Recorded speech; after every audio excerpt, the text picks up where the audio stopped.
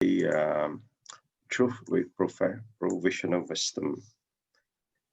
So, yesterday I mentioned there were three principles that the Buddha taught in the Dharma.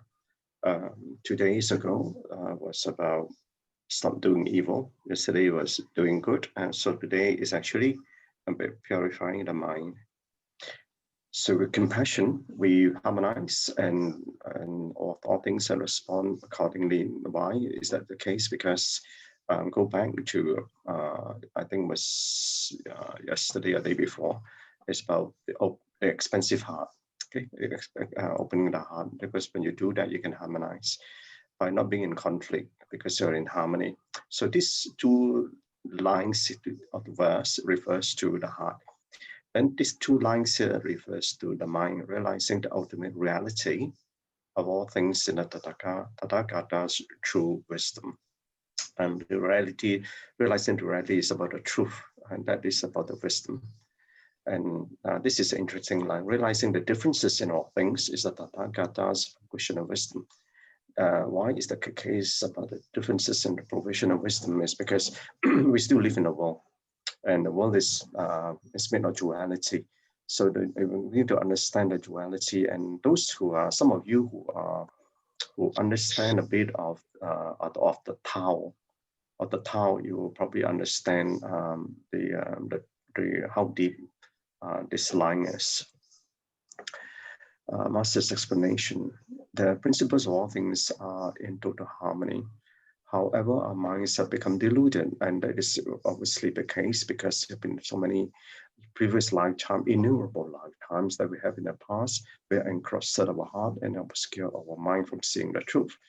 So as a result of which, obviously, we created a lot of things, and also the disorder in the external conditions that arises from actions we take out of ignorance. So when we are encrusted and obscured in our mind, so whenever we see those external conditions, we have our own volition. So that own volition is we picture what we think is right. And so therefore, it becomes very difficult to even gain the wisdom of the Tathagata. So now that we understand the law of karma and about the cause and effect, then obviously we will know how to walk the path. And this is what the wisdom life is, to live the wisdom life so that we do not create new karmic causes. And we take on, sometimes the conditions may not be favorable to us. And this is what about the external conditions are.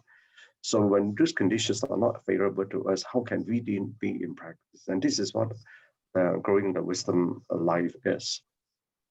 So therefore, to live this wisdom life, we got to be in harmony in our practice, respect and love the heavens and earth. So, and this is the house that we are staying, right?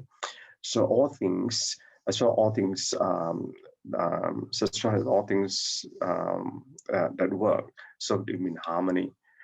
So if we see this harmony, but if we see the differences between A and B, then how can we harmonize the differences? And this is what this wisdom life is about.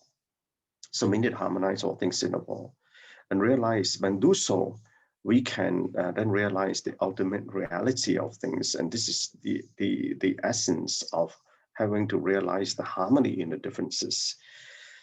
So, and this is the wisdom of suchness as we born in this world, and this world made of duality. So sometimes when you look at things which are right and wrong, good and bad, so then the issue is what is right, or is what is right, wrong?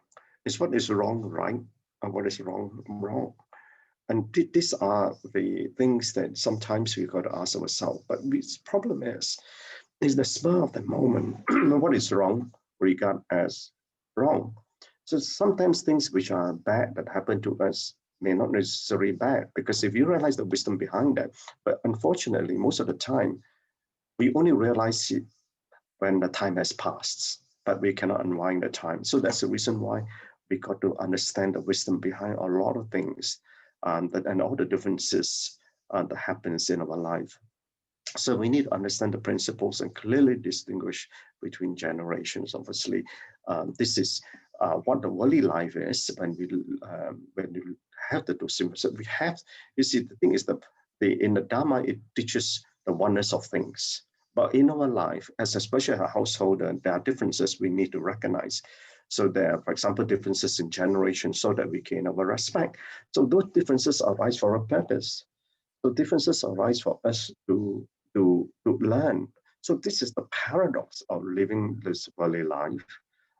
We have the differences, and then we learn from the differences. When you learn the differences, then you realize the oneness of those differences.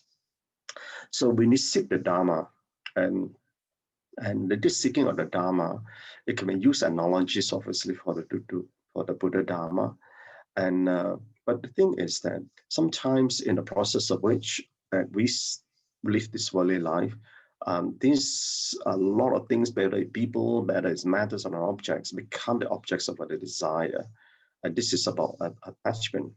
So in likewise, about attachment to the Dharma too.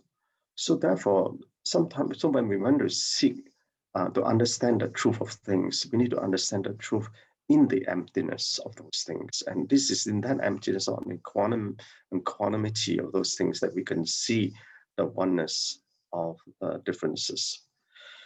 So they do not understand the principles very well. And this is the case with a lot of us.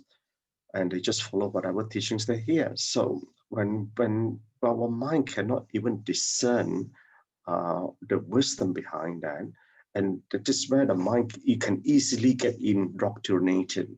When the mind get easily indoctrinated, and one can end up on a deviant path. So that's the reason why even during the time of the Buddha actually say, whatever he thought, whatever he has taught, go back and contemplate on this, and do not accept anything that is being spoken as the truth. So you got to realize the truth. So the truth, because the words that are being expressed cannot fully express the truth. So therefore, sometimes the same word can lead to different understanding by different people. And therefore, we need to understand, by understanding the Dharma, you have to go and contemplate to realize the truth behind those words.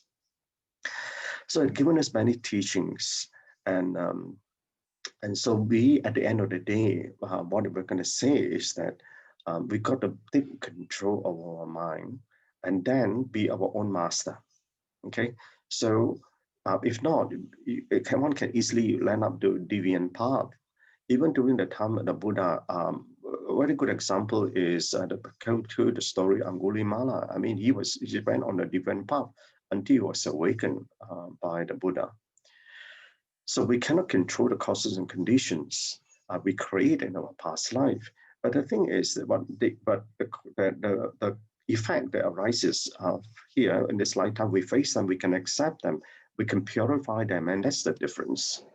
So the lessons learned from here is that only when our compassion has been awakened can we become one with the sentient beings. Because when your compassion is open, you don't distinguish, you don't see differences between one of the rich and poor, different races, different religion, and so on. So then we will then respect and love nature and live in harmony with all sentient beings. So the Buddha is compassionate because we have different capabilities. So he gave all these teachings like what Brother Pen Yeh has so eloquently expressed. And he taught the Dharma in the sequence to help teach and guide us.